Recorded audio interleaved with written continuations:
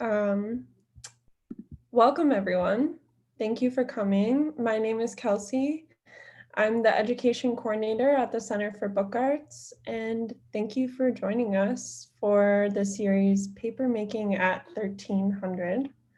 Our talk today kicks off this month-long program exploring contemporary approaches to hand papermaking through discussions, virtual studio visits, and workshops. Today, we will begin by hearing presentations from 3 artists engaged in the field of hand papermaking: Jazmine Catasús, Helen Frederick, and Robbin Amy Silverberg. Following these presentations, Mina Takahashi will moderate a short discussion with the artists, and then we will open it up to audience Q&A. We ask that audience members please keep themselves muted for the duration of the program. If at any time you have a question, please write it in the chat. We will try to get to as many audience questions as possible in our time together. I will now introduce our moderator, Mina Takahashi. Mina is editor of Hand Papermaking magazine, a nonprofit biannual publication dedicated to advancing traditional and contemporary ideas in the art of hand papermaking. Previously, she was the executive director of Dudene from 1990 to 2004, during which time she happily took classes at CPA. She lives in upstate New York. Mina, I'll pass it to you. Excellent. Thank you, Kelsey, and thank you, Center for Book Arts, for putting together this really thoughtful and well-considered series of workshops kicked off by this discussion. So welcome you all. I just wanted to start with a brief land acknowledgement. I'm here in upstate New York, which is in the Haudenosaunee territories, and it is the oldest continuing participatory democracy. And their federation papers, called The Great Law of Peace, is known to be a model for the US Constitution.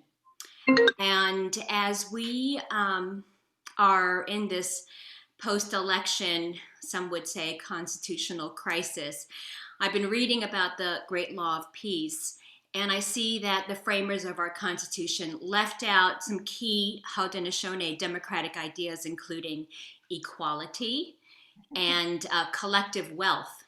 And when we talk about collective wealth, it refers to land and resources, but also to knowledge.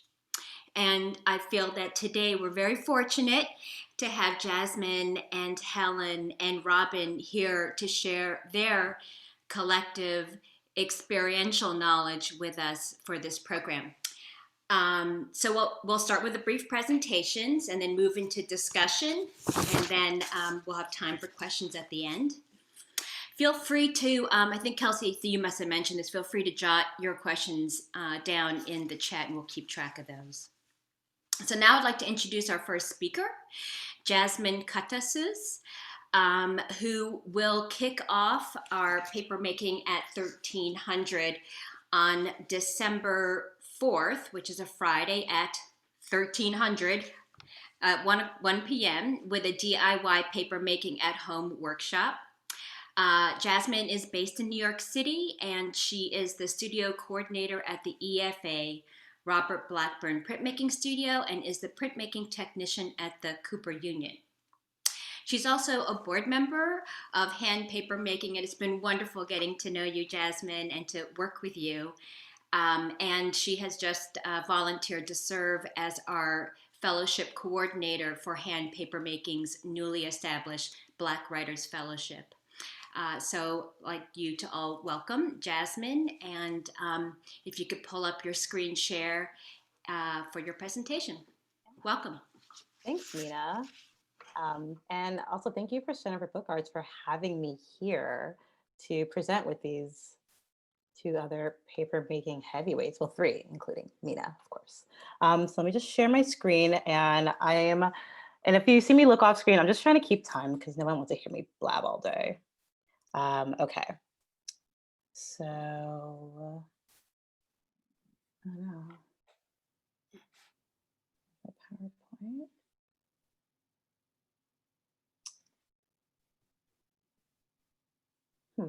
it's not, Did you hit share? yeah, but my PowerPoint, okay, here we go. There we go. We can all see it, right? So I'm just going to kind of take you all on my papermaking journey. I started papermaking or learning papermaking back in 2012 as an intern at Dieudonné, and Dieudonné has really kind of launched me and facilitated where I am today as a papermaker.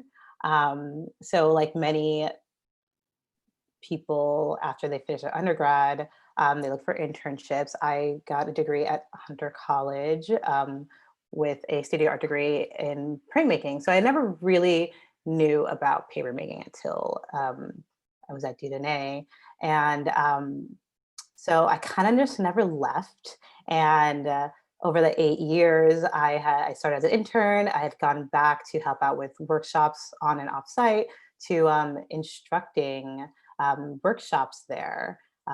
And it's honestly one of my favorite places to be. And what's great about Dieudonné in terms of their contribution to papermaking in their education sector is that they have all of this archive of amazing pieces of works to show students that really show the breadth and potential paper had that I didn't know about when I first started, that influences my work today, my artistic practice today. So this is an intro to papermaking class I was teaching, and I could tell it is because we have different types of examples we show to the students before we get into the studio. So we have this Abaca cast piece here, a watermark and some pulp painting, and I'm holding a casting cotton piece here. And here's a shot of me teaching in the workspace, in the education workspace at their new site. I started as an intern when it was still on 36th Street, and now they're located in Brooklyn, which is better for me because I'm based in Brooklyn.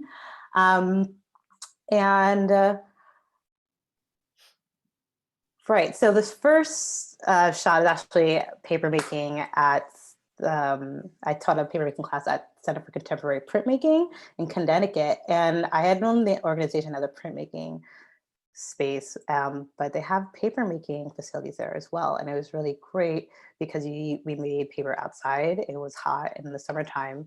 And that I also got from learning at Dieudonné from our offsite workshops, where you can take paper outside of the studio and bring it. You can kind of do it anywhere. And with Dieudonné, we did workshops at the Noguchi Museum. We did one really great one where we're making paper on the street of the East Village, or Lower East Side, with an event put on by the new museum. So, which brought me to this year, making paper from home. So this is my first making paper outside of a studio, in my home studio. So this is a screenshot of me teaching paper with this organization based here in Brooklyn called Recess Art.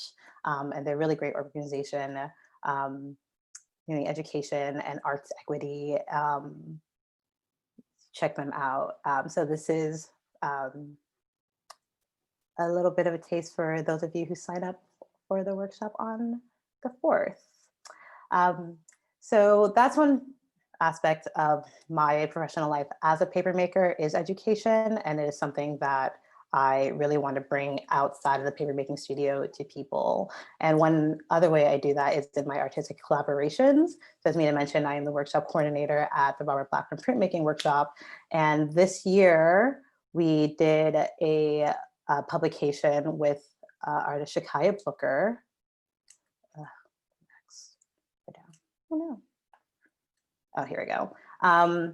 And here's me and Shakaya making paper casts in the print shop. So it was our first book. So this is the only book I'm going to show today. It's not really part of my practice for you bookbinders, but it was our first book we made at Robert Blackburn Printmaking Workshop. And I thought, hey, how about we try to add some paper cast pieces, because Shakaya's work is a sculptor, she's a sculptor. And so here we are casting some pieces from her, bits of her sculptures that we utilize into these books. So if you look closely, a lot of the prints we do with Shikaya are these embossments, embossment pieces. So the book cloth was printed from her wood blocks, and the text blocks were also printed with those large embossments from her wood blocks. And then we ended up, making these paper cast inserts here within these awesome accordion books we did. And we presented these at the MoMA PS1 book fair this year. So there's a close-up of the paper I brought into Robert Blackburn and printmaking workshop, which was a little messier than I anticipated, but it worked out really well. And these books came out to be really well. And it was a really great experience to work with her and to bring papermaking into a space that's not equipped for papermaking. A lot of wet etching presses, very wet etching presses. So in my own practice, I really am trying to push the boundaries of papermaking. So naturally I started, oh, there's one more shot of Shikaya's books. So naturally I started again as a printmaker. So I feel like the immediate thing anyone would do with my experience is put paper and print together. So here's an intaglio piece, my earlier pieces, with some paper I made, Shinkole, full bleed, Abaca, Shinkole. And my,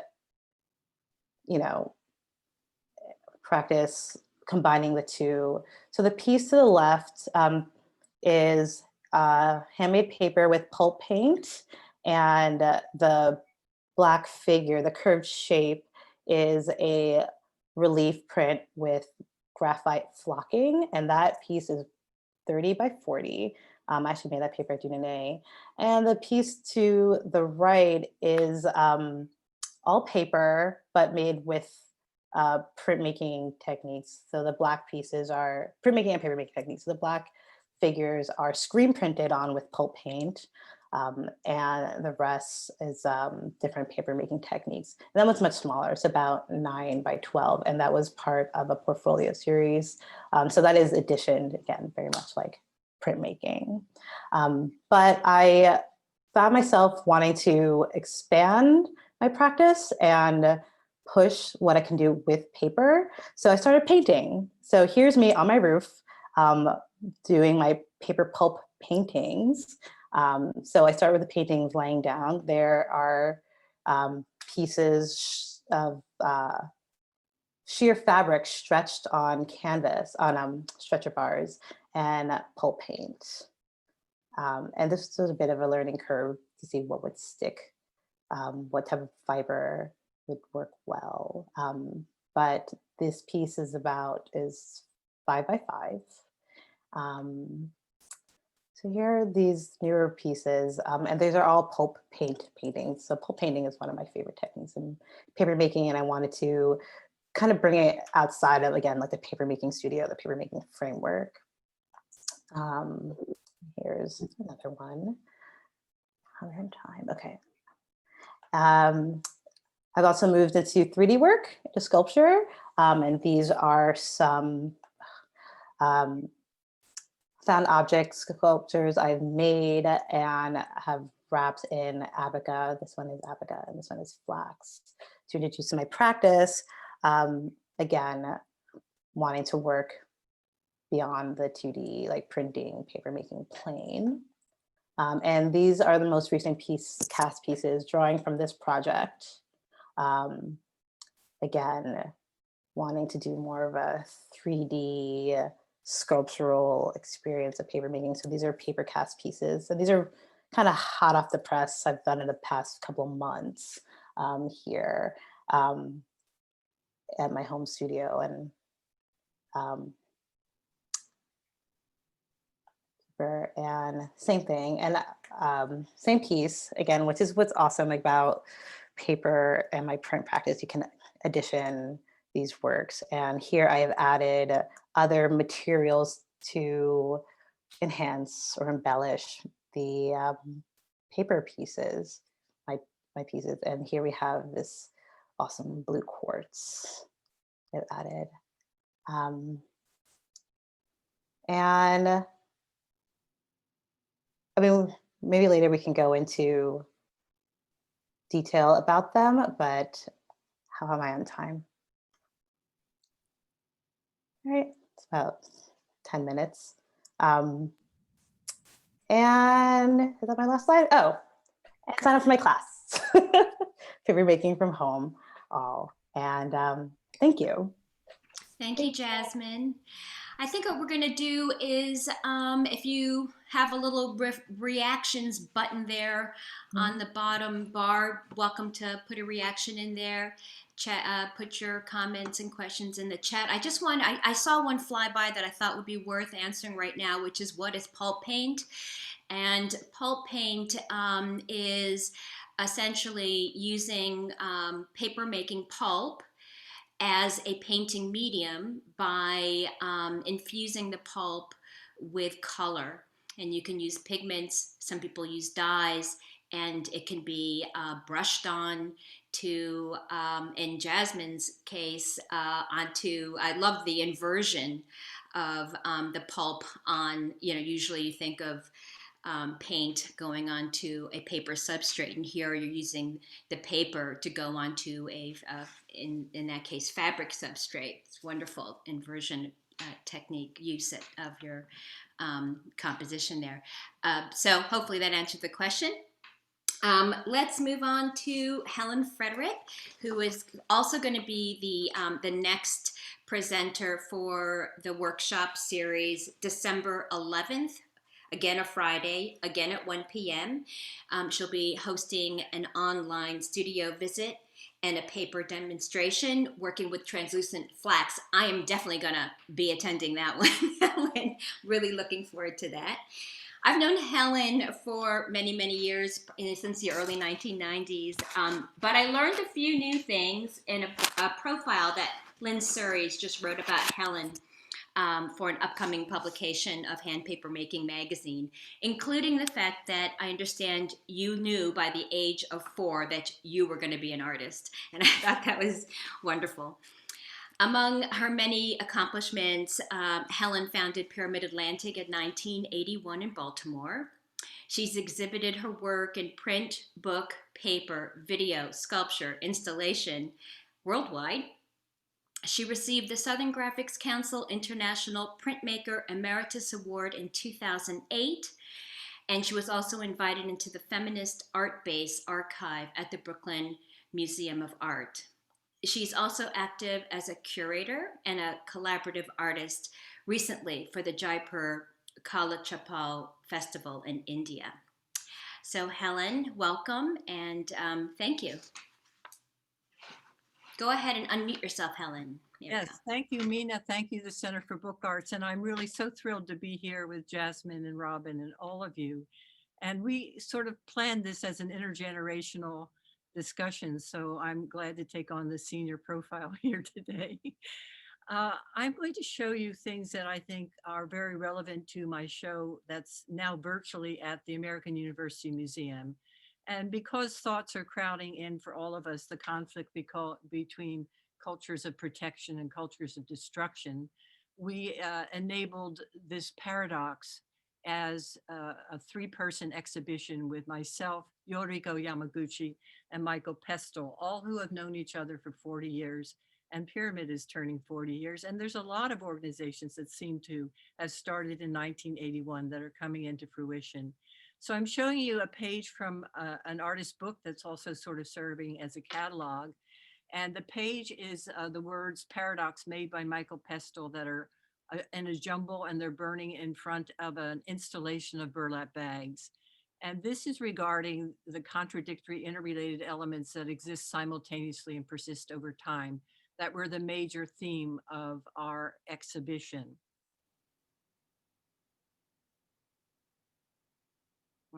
Why isn't it going forward? Let's see. Okay. So the flax that I'm using consistently in the work are thin sheets to very large sheets. And these are 8.5 by 11 that were passed through a laser printer. And the words came from a questionnaire, and almost 100 respondents came back to me. They're milestones for hope during the climate crisis. So the process is that the sheets are made, then they're printed, and then they're scored from the backside with an image. In this case, it's a maze, which is harder to get through than a labyrinth. And in front of them is an ellipse. And the ellipse is a structure that is covered with the words also from the questionnaire. So what you have is a canopy of words. The ellipse itself is something that I really, really have loved making. And the 7 milestones of hope are a sequence, which often I use as a series when I'm doing anything that's revealing a narrative. So the interesting thing to me was that I looked back and I saw that in the early 70s, I had a Fulbright in Norway, and I was looking at the rune stones. And then also when I'm in India, I think about the garland of flowers around the deity, but it's mostly about the shifting geological incidences in our environment that I first contemplated these ellipses. And so each one has a different covering of words and hangs about 3 inches from the 48 by 48 inch piece that explores images of water. I don't know why it's doing this there. Okay. One of the last ones is the most complex. And so you see there a well-kept ellipse, and on the left one that's warped. And that's over the eyes of what became another subject in the show called the Hungry Ghosts. So this is one of the last ones, and it is very shrunken flax. All the text and words are in the black. And in the center are more elaborate words. And as you get close to them, you see they're about the fragility of the planet, and also the word ghost. So the hungry ghosts are, maybe some of you are familiar, they are symbols in Jain, Buddhist, and Indian culture of spirits that have been taken suddenly. And I think there's a lot of bad deeds that are going on right now. So we've lost to COVID, but we've lost to natural disasters and personal loss. And so I wanted to do 5 elements, earth, air, fire, water, ether, about the hungry ghosts. And this is one of them. Well, I'll just do this. That was earth, and this is fire. These are 42 by 22. And the other piece that was to go up in the museum was to be a 30-foot wall of witnesses. They're lithographs, and they're all on flax paper. And each person that answered the questionnaire sent me their portrait. And I changed it so that it was a dissolving image. And even though there is a sovereignty of all the images on the wall, they're disembodied by water or other elements that are going over the surface of their face. And during the pandemic, I made smaller works, flax paintings with still the words. This is called Crossroads. And one of my favorites is this one, 18 by 18 inch, where the 4 women are diseased. They're wearing a mask, and they're hopeful that they can stand strong together, but a tsunami wave is coming to knock them over. And so figurative work has been playing in my vocabulary. This is 216 free fall. I had a very serious fall, and what I did was create kites, which I had seen in Mexico and loved so much. And on those kites were natural images from nature, and also ancestral images. And I feel that they protected me from being harmed more from the fall than just some minor injuries. And this is a large installation that I enjoy putting together. Mostly I'm working with these 42 inch by 22 inch pulp paintings. This is now on exhibit at the Phillips collection, Phenomenal Space, that I created in relation for show intersections where you respond to, in the museum, an artist, and I chose Morris Graves. And Morris Graves in Lolita, North California, lived on a lake, but he could hear the murmur of the water. And also he always thought about things in the night, which I often do when I come into fruition in my imagery too. So that's a Pulp painting, and I continue those Pulp paintings. I hope you like the new little red drawings on how I make it on top of these. Sorry about that. It's kind of adding something. I might have to think about that. So these are two more recent ones, Noose and There Is No White, just off the paper press. And There Is No White is really, for me, a statement about who we are culturally. So we're beyond our skin color, you know, we're all the same. There is no white.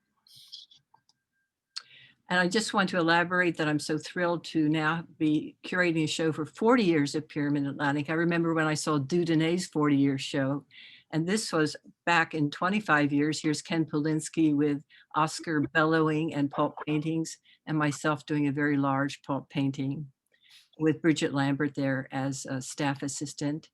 And we've worked with Keith Francis from Mississippi. This is a Pulp painting on Kozo, very thin paper that was then printed with a matrix of a black woodcut. And Rick Hungerford came in and helped with that along with Keith Francis from Mississippi.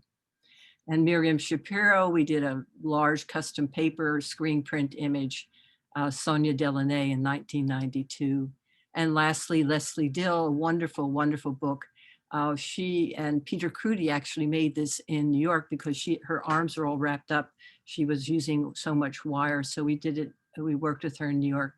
Paper Road to Bed is a nonprofit started by Jane Farmer and colleagues. So the collaborations that I do are also part of my studio practice, quite honestly. And I wanted to show you Yoriko Yamaguchi, who I'm working with still to this day in the center. And to the right is a paper maker from the Uyghur culture. And they were all part of the Smithsonian Folklife Festival, the Silk Road. So now I have my studio in Silver Spring, Reading Road Studio on Reading Road. I grew up very near Reading, Pennsylvania, so it's kind of trailing me around. And I do demonstrations for the Renwick and bring in artists like Buzz Spector, who now has a show at the St. Louis Art Museum with some of these works, and Randy Reese McCormick, who did everything on the computer and then cut many, many stencils to do these beautiful Pulp paintings. So if you want to get in touch with me, just take a screenshot. Here's all my information. You can watch more about Paradox on readingroadstudio.com. And if you come to visit me, you will meet these two little rascals, Moonstone and Marmalade. Thank you. Oh, that's great. The studio mascots. Absolutely. Thank you, Helen, very, very much. Okay, so on to Robbin, Amy Silverberg, who will be hosting the final workshop in the series on Friday, December 18th. And at her studio, a show and tell of her books that highlights paper as an activated surface. And she'll show us how she uses watermarks, water drawing, burning, and cutting in her artist books. That's going to be great. Robbin is the founding director of Dobbin Books, which celebrated its 30th anniversary with an extraordinary retrospective exhibition called Read Me, period, full stop, like a book, full stop. And if you weren't lucky enough to see the show, I really invite you to check out the extraordinary website that serves as an exhibition catalog and also a virtual online tour. And I think, Robbin, you have that as part of your the link is as part of your presentation, right? Yes, exactly. Okay, great. And for further reading, Sue goes and reviewed this exhibition in the upcoming issue of Hand Papermaking magazine as well. So Robbin's work is housed in over 100 public collections worldwide. She teaches art of the book at Pratt Institute, and she has a wonderful studio in Brooklyn, which we will all virtually visit on Friday, December 18th. So thank you, Robbin. Welcome. Thank you very much. Can everybody hear me? Yeah? Okay. I decided to focus on one aspect of my work, but it's called Paper in the Artist Book, a multi-sensorial approach. Let's see if I can get this thing to move. Yes. I've been making artist books since the early 80s, as I see them as potent vehicles for my ideas.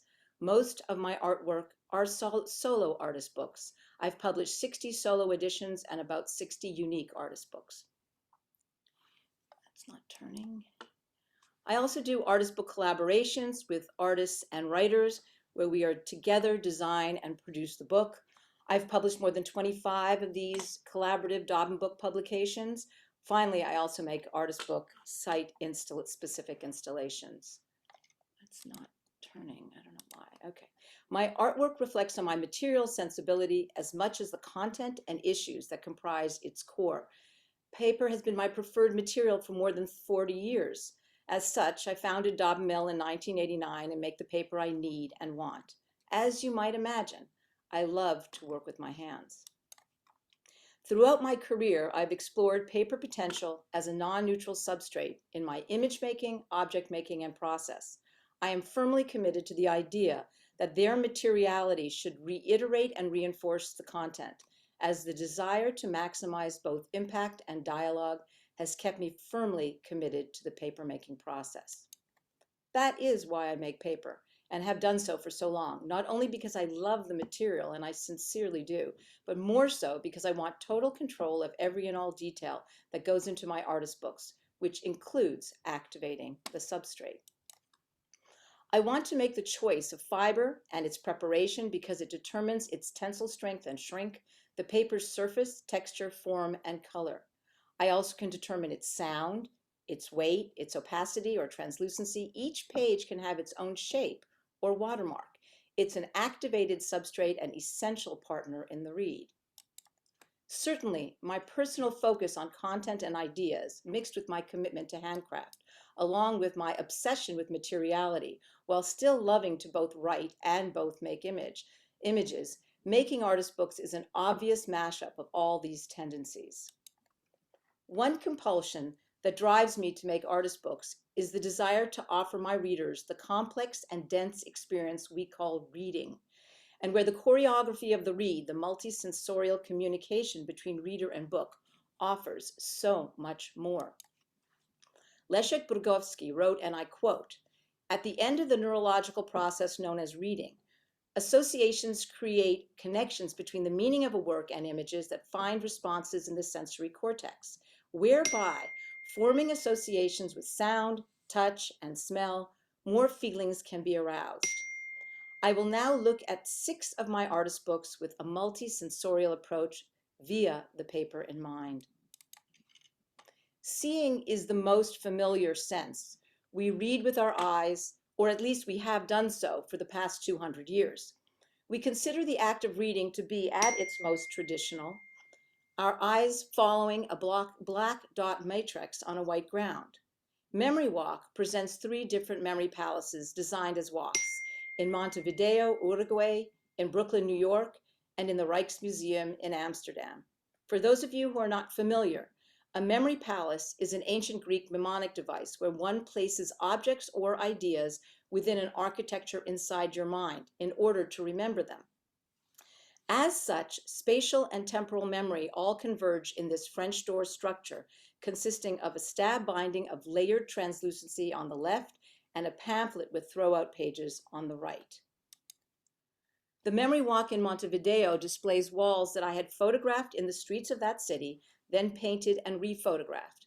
Within its translucent pages, as seen here in these details, are sheets with images of my objects that I am placing there to remember them. Thus, the translucent layering creates a rich vertical reading. When I consider what aspect of books feels essential to me as a maker, their materiality and the haptic experience of reading certainly come to the fore. A book is obviously an object. Reading is also the physical act of page turning, handling, and holding the book itself. Excuse me, I'm getting stuck. It seems that my child and husband seem to be texting me continuously. I apologize for the dinging if you hear that. I don't know what's going on. As Gary Frost pointed out, the haptic concern also follows from the peculiar essence of the book as a handheld art. Books are only read at arm's length. In 1978, the world-renowned researchers into haptics, Letterman and Klatsky, presented their views on how haptics, or the sense of touch, is pieced together. First, they list 6 different basic tactile dimensions that can be perceived on items: These are texture, consistency, temperature, weight, shape, and size. The starting point for Solomon's Wisdom, a fable, a poem, a eulogy, a dream, 10 nests and 8 holes, a long title, was the eulogy I wrote for my mother, which is ripped apart and stapled together again, resulting in gaping holes with nests behind them. 4 different texts are divided up into the sections as the reader moves through the pages. The pages vary in both weight and texture, from extremely lightweight and transparent abaca to 2 different weights of cotton rag, one which is further weighted by the use of hundreds of stainless steel staples, which also add the cold component. By varying these weights, the choreography of the read is rhythmically altered. This pacing, along with the fragmenting of the text, heighten the book's meaning, the limitations of language, and that words cannot encapsulate a life. For some reason, I'm stuck now. Hold on, guys. I have to move this. It's not moving along. Okay. There. Lederman and Klatsky address texture at length, as this property is quite complex. In Spun into Gold, I altered a sound poem consisting of my daughter's first 100 words by printing it on paper made from harvesting fiber from my paper mulberry trees in my garden, binding it into a book, cutting the paper into the thin strips, and then transforming, i.e. spinning, it into the golden strands of a fairy tale. Not only does this book suggest the transformative act of language acquisition, but it also offers the reader now new possibilities of the very act of reading, and in this case, touching the rough spun threads to read the small spots of black. Turning now to sound. In Rondo, the choreography of the read is defined by typography and its manipulation, and by a complicated back and forth binding structure. But since the text is a sound poem, I chose to make papers considering both their translucency, to enhance the layered and repeated wording, and their physical sound, their rattle, which is heard as the pages are turned.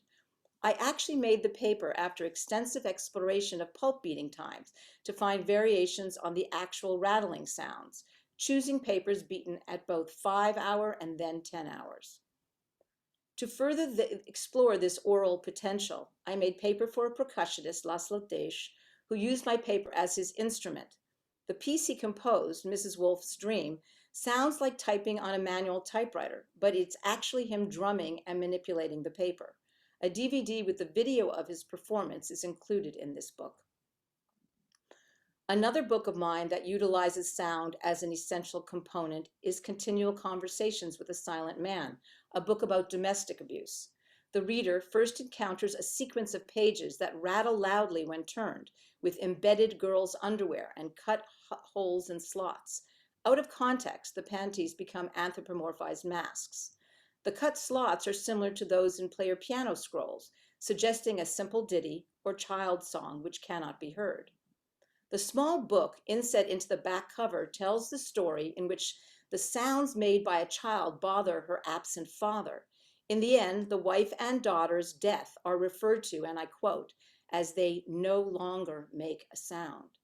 To suggest sound absent, I made noisy paper with different kinds of rattles, along with using aluminum foil for one of the pages. Of all the senses, smell is the most elusive to me. As a child, I lived in Montreal, and I have a strong memory of the smell of snow. Color, texture, and layering, along with scent and sound, were all utilized to evoke the feeling of the smell of winter. Pages made from overbeaten abaca emit a crunching sound, reminiscent of walking on hard snow. Imagery made with silk inclusions and inkjet photographs suggest cold shadows. A perfume called Snow is included in the clamshell. It was designed and produced with MC Fragrances here in Brooklyn in a limited edition of 12 spray vials, especially for this artist book. I imagine that the reader will spray the perfume, including a scent of snow, as they read. I have no doubt that, as the philosopher Nietzsche said, our writing materials contribute their parts to our thinking. What that means to me is that Nietzsche understood that the choices of materials and of our tools directly impact the content and meaning of a work. So in closing, I would like to mention, as has been already mentioned, that that 2020 is my 30th year of Dobbin Books. I had a retrospective exhibition at Pratt Institute's Brooklyn campus library, which sadly closed due to COVID. But there is the virtual tour on my website, and there is the link up at the top. Please take a look. The exhibition, as mentioned by Mina, is been reviewed by Susan Gosin, the founding director of Dieudonné, in the winter 2020 issue of Hand Papermaking Journal, which will be coming out in December. And a plug for Hand Papermaking, please buy one. So, and lastly, of course, I will have the last workshop for this wonderful program that the Center for Book Arts has so wondrously organized, Papermaking at 13 o'clock. And please, it'll be a show and tell of my studio, and we will look at some artist books and their papermaking processes. So please join me. Thank you very much. Thank you, Robbin. This looks like a map to how you get to your studio. Exactly. So I wanted to start off the discussion kind of extending what Robbin has presented so well, and to kind of talk a little bit more about the senses. And it really kind of speaks to that direct physicality of the material that we like so much about paper, and also of the process. And Helen and Jazmine, if you don't mind, if I could just start, because I wanted to bring one up myself. I was thinking about, it really reminded me of learning papermaking in Japan, which I was there in like 87, 88. And one of my first teachers, he said he didn't really have the words for teaching me how to make paper, but he said, just listen to the sounds and imitate. So he would just be at the vat and I would hear it, and we kind of turned it into a song, or almost like a mantra, which was da da ga chaga, da da ga chaga. And that we would just sort of say it to ourselves kind of underneath our breath, and I would try to imitate the sound and the tone, and eventually I kind of got close to what he was doing. So the sound experience has always stayed with me, and I think about that pretty much every time I step up in front of a vat. So I wanted to turn it over to Helen and Jazmine to see if you would have a sense memory that you would like to share with us, something, maybe a first very strong impression that involved the senses. Maybe Helen, if you wanted to start. Sure. Well, my first sense is that I want to barter to have an artwork by Jazmine and Robbin. Just your work is wonderful. I'm thrilled to be with you. I think the sense is always smell for me, and I refer to Jakob Eifer's book, where he talked about embedded and embodied senses. So paper is embodied in a culture, but it's embedded in the material. And I can remember when I was traveling in China, in Sichuan, up into the mountain area, to see a 13th generation paper mill and industrial complex, really, that was doing well after years of being in that business. There's always that interesting smell of the countryside where the mills are, of the lime they're using to soak. In that case, it was bamboo. And as you see them curating the paper, just the articulate of those particles as you're looking at the sheets of paper being curated is, for me, such an intense experience. And the way Robbin was describing the rattle, even when you rattle it, it's like you feel there's some smell coming out of the paper. So I would say, for me, the sense of smell is very much part of paper making. Thank you, Helen. Jazmine, how about you? For me, I actually feel like all the senses, maybe not taste, but all the senses are evoked when I'm in the papermaking studio. When I describe papermaking to people, and I say it's like one of my favorite and best calm spaces to be in, when you dunk your hands into like a thick, pulpy vat. There's nothing like that feeling. But kind of piggybacking off of what Helen was saying about smell, which is not as exciting, or well, it's quite exciting, but maybe not as nice, is the old pulp smell. Like rotting pulp smell, I feel like there's very specific kind of stink that I find many people don't like. And there's something kind of gross that I like about it too. Like, you know, if you can't stand the stink, get out of the paper mill kind of thing. You know? Robbin has a perfumier who can, I think, manufacture that for you and vial it up. Old Abaca. Yabaca. Mina, can I just add something? Because when you asked about Sure. firsts, my first experience, which actually set me on the road of wanting to learn how to make paper, was my senior year of college when I was working with Professor Robert Koch at Princeton University in the print department of the museum. And he gave all the students that were there to look at a Rembrandt print.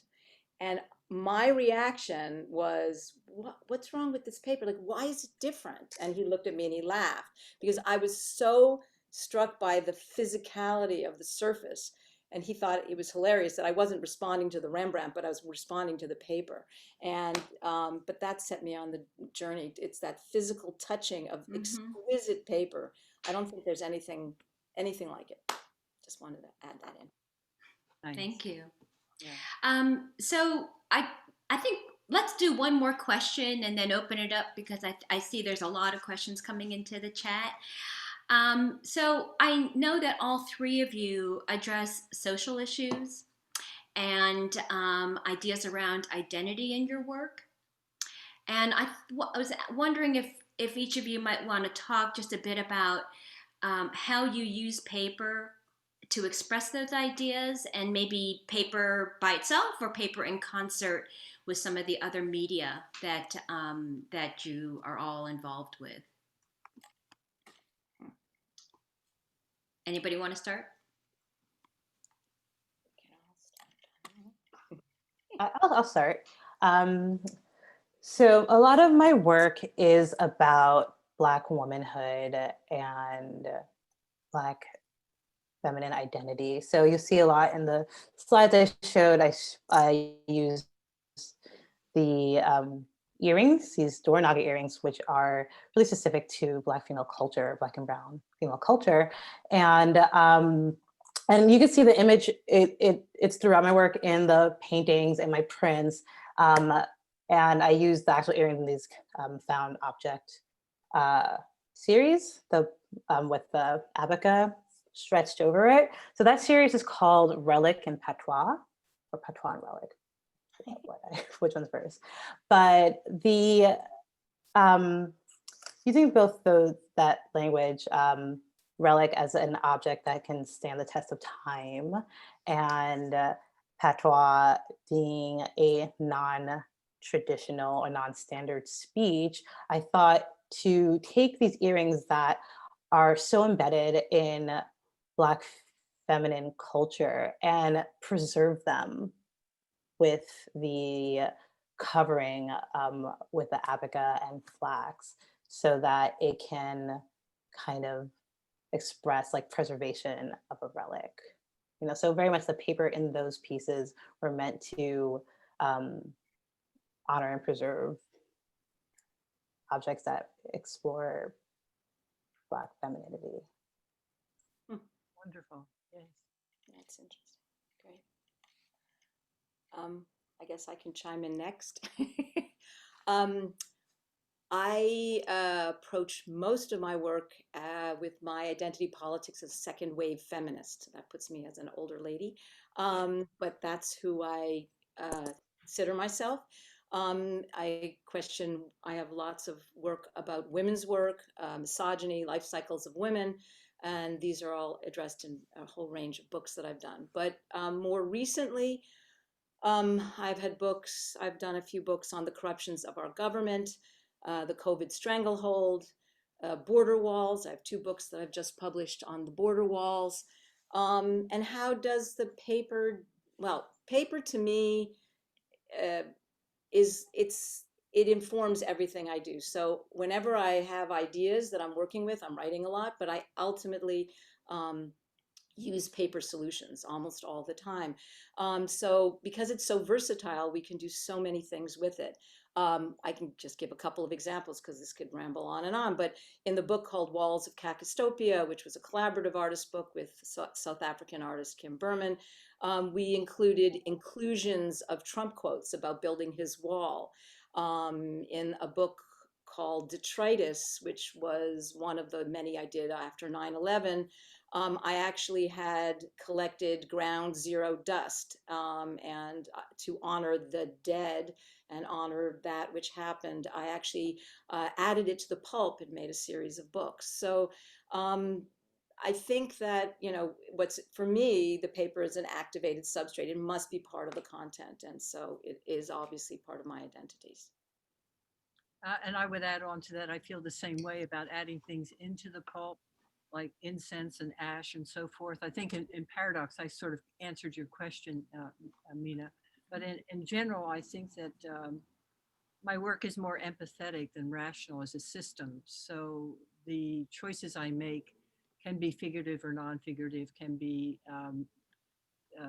generally political and social, but they come through abstraction and symbols and mostly about healing. I'm very involved in 3 different boards with healing in the arts, one about human trafficking and modern slavery, one about a center for healing in the arts, and the other McLean Project for the Arts that just has this huge command of working with community.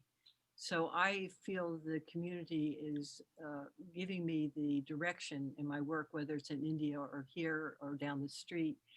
I'm more empathetic in the work than rational as a system. Thank you. So we're coming right up to 2 o'clock. So I think we should go ahead and take a look through the chat. Maybe Kelsey, you could help. I haven't really been paying too close attention to what's been coming through there, but maybe you could chime in with a few comments and some questions. We have some questions that are specific to the artist presentations, but feel free to keep writing questions in the chat that are, more general or include all 3 artists, or whatever you think of. So Pamela asked earlier for Jazmine, when you painted on cloth, what kind of cloth were you working with? I think for your pulp painting. Oh, it's like a polyester, like chiffon weave. Quite cheap. And the reason I use translucent material because initially I was pulp painting, using the pulp paint on canvas, but I really wanted to center or focus on the materiality of the paper pulp. And I felt I was kind of getting drowned out with the canvas, but on this translucent material, you really get a sense of the tactility of the material and the fiber. Yeah, and then Marina asked if you could talk a little bit about the last 3-dimensional works that you showed and the process that went into those. So that's a process called, that's a pulp called casting cotton. So it's cotton pulp and it's beaten for a very short period of time at a high setting on the beater so that it's kind of chunky and it acts kind of like a clay almost. And first I made a sculpture with the earrings and whatever materials I use, and I cast it with rubber. And then I used those rubber molds to cast the paper pulp pieces, the casting cotton pieces. Okay. And I added the blue at the end. So I'm embellishing them.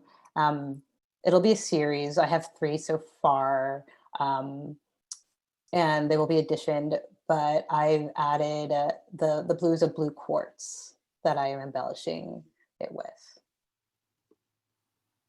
That answers. Yeah.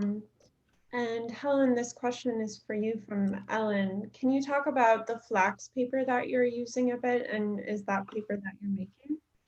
Yes, actually in the workshop little demonstration. I'll be showing flax as a material like hair, and then you soak it and it goes through the beater, and I beat it for 8 hours so it becomes translucent but not transparent, and then that material's made on a large mold um, in the Japanese style. So there's something called formation aid that's added, so you can do a slow pour and get a thin sheet, and then it goes through a 20-ton press.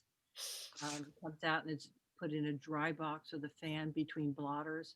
So everything is carefully controlled, from the discipline of the selection of the material, the beating time, the forming, and the drying. And flax is probably the strongest paper. All these paper makers know this because it has so much hemicellulose. So as you beat it, instead of becoming weaker, it becomes stronger. So like Robbin was saying, you quote, overbeat it. You beat it a long time, and it just keeps getting stronger and stronger and stronger. And what I love about flax is the color. And so the little workshop that I'm going to do demo shows that I can really use a tool into this material and it doesn't break it. And I put a piece up recently at Pyramid Atlantic. It said, I used this stencil 50 times and it still didn't die. So I love the strength of flax, the color, and the smell, actually. That's great. Thank you. I think Julia. Can I interject a quick question for Robbin? Yeah. So Robbin, you had shown just, I think very quickly, I think it's called Thoughts of a Form of a, maybe, what is it called? Thoughts in the Form of a Letter. Thank you. Which includes that, I guess it's like the negative space between the letter forms. And I wanted to hear you talk just a little bit about the sort of, you say paper's activated surface. And in this case, this book takes what some might consider the unactivated surface, gives it physical form by cutting it out, and then it creating a volume within the book. So Thoughts in the Form of a Letter is actually is based on a letter I received from a friend about the dissolution of a marriage. And I took the text and I pulp painted it on the sheets of paper that make up the book. But at the time, my interest, I was quite obsessed with the I mean, I think my whole life I am, but particularly wanting to better understand what one cannot understand or get from information. Like even when she wrote this extremely wonderfully expressive and revealing letter, there was so much that was not said. And so what I decided to do after I pulp painted it is I cut out all the spaces between all the script writing that I wrote with the pulp painted, was graphite colored abaca actually. And once you remove all the in-betweens, you can no longer read it, particularly because I pulp painted on both sides. But even if you hadn't, you can't do that. And that interest is also based on a Kabbalist belief, the Kabbalist belief that there was a white and a black Torah. The black Torah is what everybody reads, and the white Torah are the spaces in between all the words and the letters. And Kabbalists believed that that's where true wisdom is found. So when I cut that stuff out, which was that which I didn't know, the tears, the fighting, the interactions between these two people in the dissolution of a marriage, I felt like they needed to be safe and contained. So they were put into archival pockets in the front and back covers. So that's where they remain. Thank you, Rob. And I think that's such a beautiful book, and I hope you'll be showing it as part of the part of your workshop. I can, sure. Okay, throw it in there, please. I'll throw it. So, Kelsey, I think maybe we'll wrap this up. I want to thank Robbin and Jazmine and Helen so much for your wonderful presentations. And Kelsey, maybe you can speak to the upcoming workshops. Yeah, I'm just going to share my screen real quickly. So these are the workshops that we have coming up. First is DIY papermaking from home with Jazmine, 2 weeks from today. then an online studio visit and demo with Helen, and then Robbin's show and tell of her books at Dobbin Books. And I'll put the link for registration again in the chat, but you should be able to find it there. It's on our website, centerforbookarts.org/online learning. So please register and join us for these wonderful workshops. Kelsey, could you unmute everybody so we could just have a nice round of applause for our presenters? I can't unmute all. Oh wait, here, I can unmute all. Feel free to do a round of applause. Yay!